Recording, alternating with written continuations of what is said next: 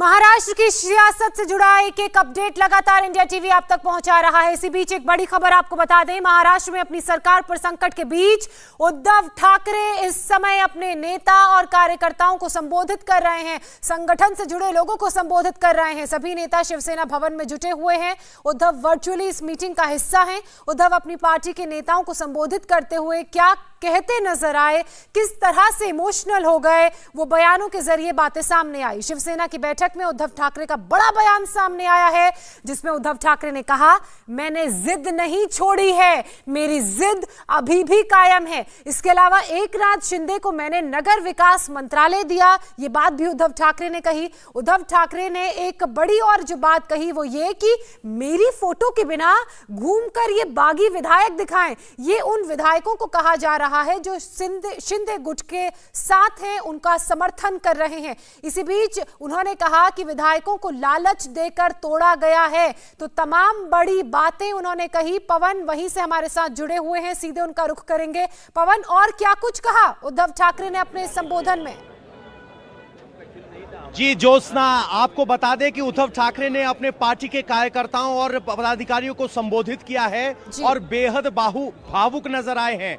उन्होंने कहा है कि ये जो मेरी आंखों में आप आंसू देख रहे हैं, आंसू नहीं है, कोरोना की वजह से आंखों में पानी है। इसके अलावा उन्होंने कहा कि कौन कैसा व्यवहार कर रहा है इसमें मुझे नहीं जाना है। जो लोग बोलते थे कि हम मरने पर भी शिवसेना नहीं छोड़ेंगे, वो मरने से पहले ही छोड़कर चले गए। इस तरह से तंज कसा गया है। इसके अलावा बागी विधायकों ने शिवसेना को तोड़ने का काम किया है। पहली बार सीधे तौर पर विधायकों पर शिवसेना को तोड़ने का आरोप उद्धव ठाकरे ने लगाया। उन्होंने कहा कि मेरे फोटो के बिना घूमकर दिखाएं। इस तरह की चुनौती विरोधियों को या कहें कि उस खेमे को दी है जो उद्धव ठाकरे के खिलाफ बगावत कर रहे हैं। और ये भी कहा है कि जो लोग छोड़कर गए हैं उनको लेकर मुझे बुरा लगेगा, ये सवाल करते हुए उन्होंने कहा है, मेरा मुख्यमंत्री पद नहीं बनना ये एक तरह की राक्षसी महत्वाकांक्षा है, मैं मुख्यमंत्री नहीं बनना चाहता, इस तरह की बात है। मैंने जिद नहीं छोड़ी है, मेरी जिद अभी भी कायम है। तो ये बहुत बड़ी बात कह रहे हैं कि जिस जिद की बात कर रहे थे, विधायकों को लालच देकर अपनी तरफ खींचा गया है, इस तरह की बात उद्धव ठाकरे ने की है। एकनाथ शिंदे पर सीधे के हमला करते हुए कहा है कि एकनाथ शिंदे के लिए क्या काम किया, नगर मंत्रालय दिया। संजय राठौर पर गंभीर आरोप लगाए। उन्होंने कहा कि पेड़ के फूल ले सकते हैं, डालियां भी ले सकते हैं, लेकिन इनके बच्चों को नहीं ले जा सकते। ये शिवसेना के पेड़ की वो बात कर रहे हैं। शिवसेना के अस्तित्व पर सवाल उठाने वालों को दिखाना होगा कि शिवसेना के प्रति उनकी निष्ठा क्या है। इस तरह से अपने काडर को जोश में भरते हुए यहां दिखाई दिए हैं। और सबसे बड़ा बयान ये है कि मैंने जिद नहीं छोड़ी है, मेरी जिद अभी भी कायम है। एकनाथ शिंदे को मैंने नगर विकास मंत्रालय दिया, मेरी फोटो के बिना घूमकर दिखाएं। विधायकों को लालच देकर तोड़ा गया। इस तरीके से संगठन को एक बार फिर रिचार्ज करने की कोशिश की है और स्पष्ट किया है कि इस संबोधन के दौरान जो आंखों में वो पानी देख रहे हैं वो आंसू नहीं है, कोरोना की वजह से आंखों में पानी है। इस तरह से एक बेहद भावुक उद्धव ठाकरे, लेकिन साथ में चुनौती वाला अंदाज। चुनौती ये कि उद्धव ठाकरे की तस्वीर के बिना शिव सैनिक महाराष्ट्र में या कहें कि एमएलए महाराष्ट्र में घूमकर दिखाएं। अच्छा, मतलब एक तंज कसते हुए तमाम बातें कही पवन, लेकिन जिस जिद की वो जिक्र कर रहे हैं, जिस जिद की वो जिक्र कर रहे हैं लगातार, वो क्या अभी भी इस बात पर अड़े हुए हैं कि ये वापस आएंगे तो हम इनसे बातचीत करेंगे, या फिर कुर्सी नहीं छोड़ेंगे, कैडर को और मजबूत करेंगे? जिद अभी ये स्पष्ट नहीं है कि उन्होंने किस संक्षेप में किया है, लेकिन आप खुद अंदाजा लगा सकते हैं कि वो दावा करते हैं कि 16 विधायक उनके साथ हैं, लेकिन बावजूद इसके अभी तक कोई इस्तीफा नहीं हुआ है।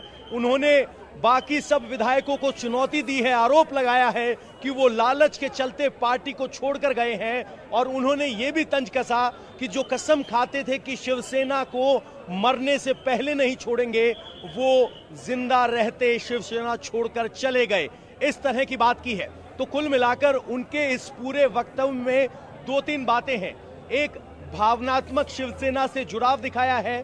दूसरा ये कि वो अभी भी अपनी कंट्रोलिंग सिचुएशन में है। और तीसरा ये कि इस संख्या बल के दबाव में वो इस्तीफा देने नहीं जा रहे हैं। लेकिन हाँ, ये जरूर स्पष्ट हो गया है कि पहले जो शिवसेना की तरफ से कहा जा रहा था कि वो भी हमारे वरिष्ठ हैं, सालों साल साथ काम किया है, लेकिन अब शिवसेना की तरफ से उद्धव ठाकरे का जो संबोधन अच्छा पवन, है, मेरे एक और सवाल का जवाब दीजिए। राजेश और राजीव भी लगातार हमारे साथ बने हुए हैं। पवन, मेरा एक और सवाल आपके लिए। उद्धव ठाकरे ने ये जो पूरी इमोशनल अपील और चुनौतीपूर्ण अंदाज में की, इस पूरे वक्तव्य में उन्होंने प्रधानमंत्री नरेंद्र मोदी का भी जिक्र किया और जिक्र करते हुए ये कहा कि जब उनकी बैक की सर्जरी हुई थी तो उसके बाद प्रधानमंत्री नरेंद्र मोदी ने फोन करके उनका हालचाल जाना था। तो अब इसको किस लिहाज से समझा जाए, वो भी इस वक्त जब इतना बड़ा पॉलिटिकल क्राइसिस महाराष्ट्र में चल रहा है?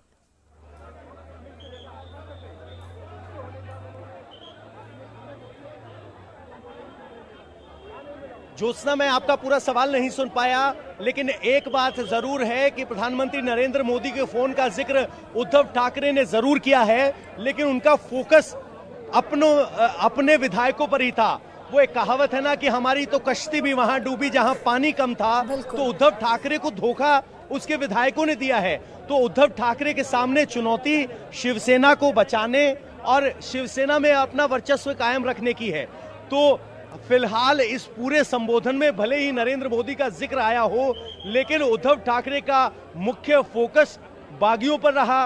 वो उन्हें शिवसेना नहीं मानते, क्योंकि आपको बता दें अभी तक जितने भी विधायक हैं उन्होंने कहा है कि शिवसेना हम हैं और शिव सैनिक हैं, बाला साहब ठाकरे के कदमों पर चलने वाले शिव सैनिक हैं। लेकिन पहली बार उद्धव ठाकरे ने कहा है कि वो शिवसेना छोड़कर चले गए और इस तरह के आरोप लगाए हैं। एकनाथ शिंदे को कहा गया कि उन्हें नगर विकास मंत्री बनाया गया, यानी जो पद या कद उन्हें मिला वो उद्धव ठाकरे की तरफ से दिया गया। इस तरह की बात करते हुए मुख्यमंत्री उद्धव ठाकरे नजर आए। पवन, मेरे 2-3 सवाल और हैं आपसे, लेकिन सबसे पहले आप शिवसेना भवन के बाहर की तस्वीरें हमें दिखाइए। क्या बैठक अभी भी वहां पर जारी है? किस तरह की तस्वीरें बाहर देखने को मिल रही हैं? क्या शिवसेना के कार्यकर्ता बाहर मौजूद हैं? जी बिल्कुल ज्योत्सना, जरा मैं आपको तस्वीरें दिखा देता हूं। इस वक्त हम शिवसेना भवन के सामने हैं। यहाँ कार्यकर्ता कम है और मीडिया ज्यादा है। सबके कैमरे दरवाजे पर हैं इस इंतजार में कि यहाँ आदित्य ठाकरे जो इस भवन के अंदर मौजूद हैं वो बाहर आएंगे तो कोई स्टेटमेंट देंगे, उसका इंतजार कर रहे हैं। लेकिन बैठक जो अंदर चल रही थी वो खत्म हो गई है। अब कम से कम बैठक खत्म है, इंतजार उद्धव ठाकरे का है। और यहाँ अगर आप तस्वीरें देखेंगे तो आपको यहाँ कार्यकर्ता बहुत कम संख्या में नजर आएंगे। पुलिस बंदोबस्त के तौर पर पुलिस यहाँ मौजूद है, मीडिया जितना मौजूद है उससे कम संख्या में यहाँ कार्यकर्ता हैं।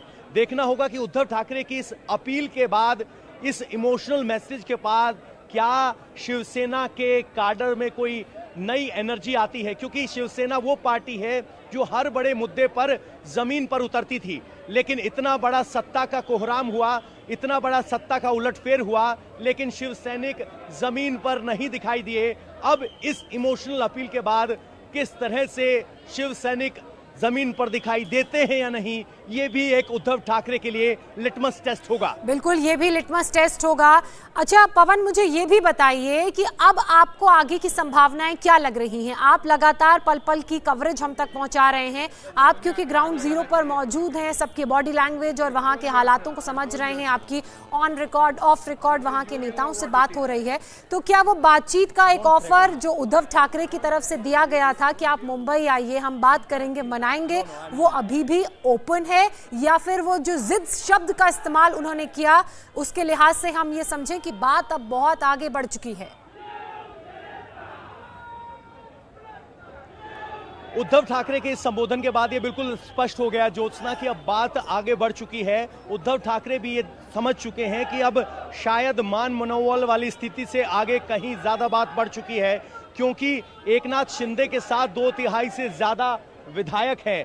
तो ऐसे में अब वो मान मनोबल वाली बार्गेनिंग पावर उद्धव के पास है कि नहीं वो देखना होगा। हालांकि महाविकास आघाड़ी अभी तक लगातार दावा करती रही है कि वो मैदान में है और संख्या बल का असली परीक्षण विधानसभा के पटल पर होगा। तो वो स्टैंड अभी अभी महाविकास आघाड़ी का है, लेकिन उद्धव ठाकरे ने भी कहा है जिद मैंने छोड़ी नहीं है।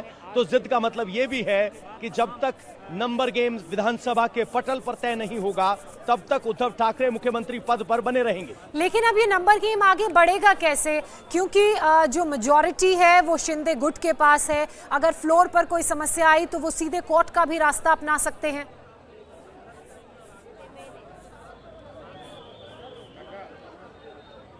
ज्योत्सना, जिस तरह की स्थिति उभर रही है, आप ये तय मानिए कि मामला कोर्ट के दरवाजे जरूर जाएगा, क्योंकि शिवसेना की तरफ से 16 विधायकों को निलंबित करने की अर्जी दी गई है।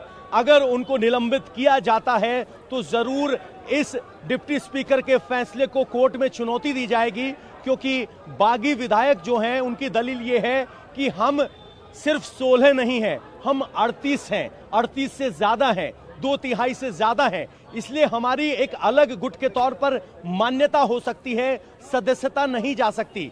और अगर सदस्यता नहीं जाती है, डिप्टी स्पीकर उनके खिलाफ कार्रवाई नहीं करते हैं, चूंकि डिप्टी स्पीकर एनसीपी के हैं तो जरूर एनसीपी कार्रवाई करेगी। जी, ये तो मिलाकर अब ये अंकों का गणित आप समझा रहे हैं, किस तरीके से पूरा घटनाक्रम अब आगे को देखने को मिलेगा, वो भी बड़ा दिलचस्प रहेगा।